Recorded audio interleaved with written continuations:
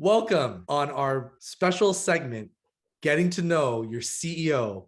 And it's my pleasure to introduce the CEO of ESE Entertainment, Conrad Wasela. Hello, my name is Conrad Wasela, and I'm the CEO and founder of ESE Entertainment. Our company prides itself in being a 360 solution for the esports and gaming sector. Today, we're going to have a closer look at our production capabilities. Come join me. This is where the magic happens. The talent, the casters, the analysts, the emotion, it all takes place right here. And guess what? There's more. Let's go. Welcome to the best esports and gaming studio in the world. This is where we host esports tournaments, leagues, and create world-class content for publishers like EA Sports, Ubisoft, and Riot Games. Welcome to Frenzy Studios. How you doing today, Conrad?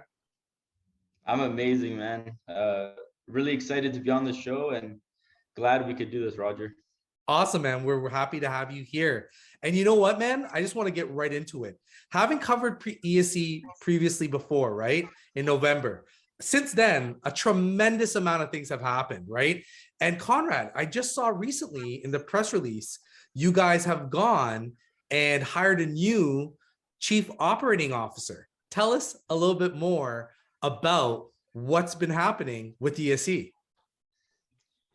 Well, I mean, you kind of touched on it. I mean, it's been an absolute tornado of news. I mean, consistent news coming out all the time. We signed a tremendous partnership deal in Europe with a big group out of Germany, really stabilizing our business in Europe, called Kawana Gaming. Awesome. We then, signed another deal with a group based in North America called Waveform. They're direct partners with ESL and DreamHack. Wow. It's just, the same group that just got acquired for $1.5 billion US dollars. Wow. And then, putting all this together, our 5 acquisitions, all the partnership, the news, you need great operators. So we went out and elevated our operations team by hiring a COO. His name's Eric Jodin. In the past has built companies and revenues of over 250 million. So he's done it before, and we're just excited to have him on board. Awesome, man. Yeah, I saw that you guys had record Q1 2022 highlights. It looks like you guys have a tremendous amount of tournaments with Frenzy, reoccurring revenue over and over, and you're partnering with some of the largest game publishers and developers in the world. What are some of the game publishers you guys are partnering with? Like you said, the biggest in the world. That doesn't get bigger. Riot Games in the titles, Valorant, League of Legends, the 2 biggest games in the world. FIFA, EA Sports, Ubisoft with Rainbow Six. I mean, the list goes on. The biggest and best games in the world. And not only are we signing contracts, but multi-year contracts, which is creating stability for ESE, and scaling now into over 20 countries in some of those games. That's huge, man. Yeah. I'm looking at your capital structure. It's crazy. You're still under 100 million outstanding with more than 30% insider ownership, which is great. And you're consistently, growing your human capital and your talent. And ESE provides a range of services to leading video game developers, publishers, and brands by providing technology, infrastructure, and fan engagement services internationally. ESE also operates its own e-commerce channels, esports teams, and gaming leagues. How does ESE compare to its peers in this sector? I mean, it's a great question. I think what we've always wanted to do is create a better service for the publishers. So, there's these big groups, as I mentioned earlier, ESL. We wanted to be our own version, a better version of that. So we've added technology, as you mentioned, so more technology, a bigger footprint, and just a different perspective, more of a 360 solution. So not just providing one service, but being able to provide the whole suite of services. So when a publisher comes to us, we do everything. You know, they don't have to look anywhere else. They go, we're handing this off to ESE and we know it's going to get done from A to Z. And it's working. Look at our revenues, numbers don't lie. We continue to grow quarter over quarter. Our partnerships continue to scale. I mean, You guys got it's something going really, on. You were saying you had something going on in Montreal. You have an office that you opened up there, and you have a new partnership in Germany. Talk a bit about that. Let's talk about that. well, you hit the nail on the head. So, you know, as we scale, we're really planting our flag in North America with our new office in Montreal, with our acquisition Game Addict. It's a beautiful office, and we're going to really drive North American operations. And then our partnership in Germany with Koana. Once again, Wow. you know, they've been in the industry for years, working on global events, but it just strengthens our ecosystem. So now, not only are we scaling in Europe, but North America simultaneously. So it's really a unique scenario where we're unlocking all these synergies, and operations are just skyrocketing.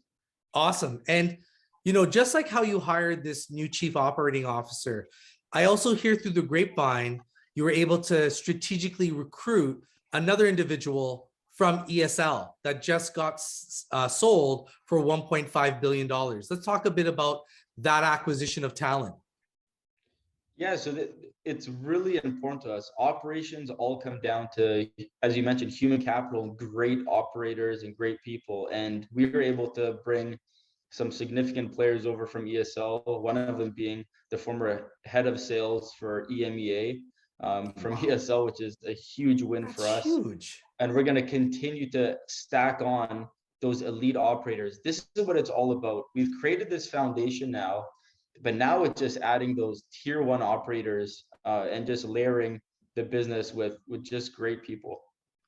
Awesome, man. That's really important, right? Companies don't succeed, people do. And a lot of companies that don't get that, you know, a lot of companies are out there talking all this stuff, but they don't have the people behind them that have the experience in the real world to be able to get the job done. So hats off to ESE for bringing in some of those people with that experience. Unbelievable. Great job, man. So ESE is positioned for tremendous growth based on your existing assets, your fundamentals, your management, your human capital, and obviously your current growth strategy. What is the value proposition for investors at these levels?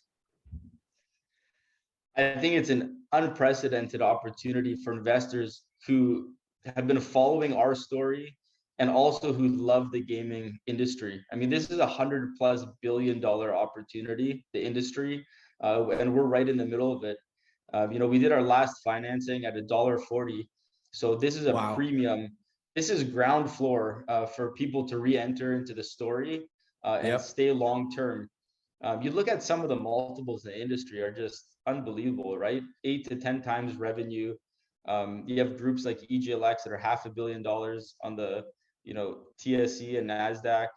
You have ESL who just got acquired for 1.5 billion US, Yeah. and we're Yeah. here sitting at, you know, under 2 times revenue.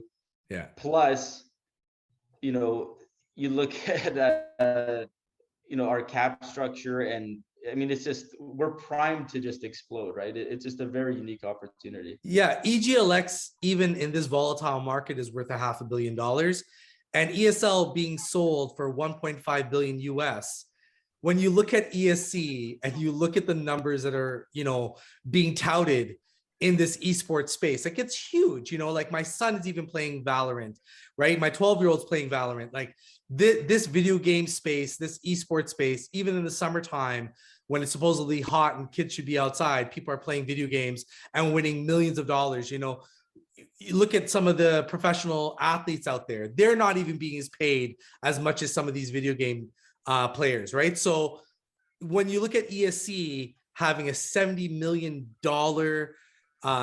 you know, valuation currently right now, and all the other peers are trading at, you know, 8 to 10x their valuation, definitely this is a stock that our investment community has had on its radar, that I know that a lot of the investment communities have had on their radar.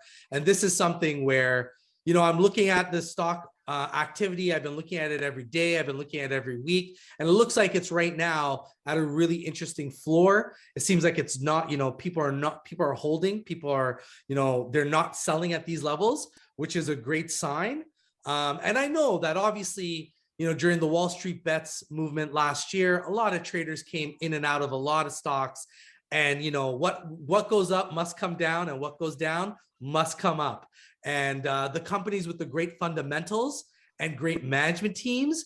And yeah, you're right. You said it, I think in our first question, you said numbers don't lie. You're right. Numbers don't lie. People do. So that's the biggest aspect that I know what I'm looking at ESE and what attracted me to, profile this company.